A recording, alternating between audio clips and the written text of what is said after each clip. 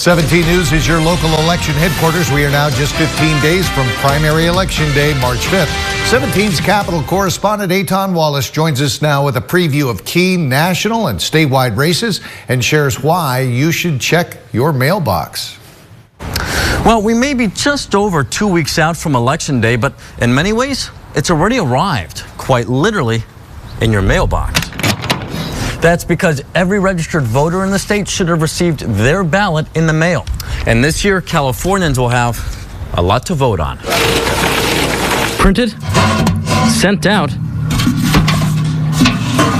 and in your mailbox. Ballots are officially here, and now it's time to fill them out and send them back to count in California's 2024 primary election. We have 22 million voters in the state. All 22 million voters received a ballot in the mail. Paul Mitchell is vice president of Political Data, Inc., a voter information service that tracks ballots and voter trends. We've seen around 1 million ballots already be returned, which is roughly 5% of people having returned a ballot. A ballot that includes several significant races, among them the Democratic and Republican presidential primaries. As for down ticket, receiving a lot of attention, the race for California's open U.S. Senate seat. Adam Schiff, Steve Garvey, Katie Porter, Barbara Lee. These four major candidates are hoping to win the seat long held by the late Senator Dianne Feinstein. The top two vote-getters in the primary will advance to the November 5th runoff. Now, something important to note here, on the same ballot, Californians will vote 2 separate times for the U.S. Senate seat.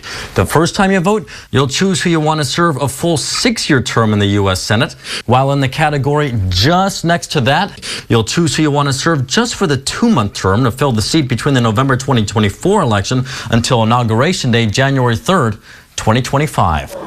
Up for election on the state level, all 80 seats in the Assembly and half of the 40 seats in the state Senate. The only statewide measure on the March ballot is Prop 1, a Gavin Newsom-backed $6+ billion proposed bond to fund more than 11,000 behavioral health beds and almost 27,000 outpatient units statewide. But despite that measure and all the races on the ballot, Mitchell says the data he has so far indicates the election is on pace for a low turnout. We're expecting total turnout to be, mid 30%, not the high turnout you would see in a statewide, general election. Primaries are an odd beast, just not the same attraction as a November general election.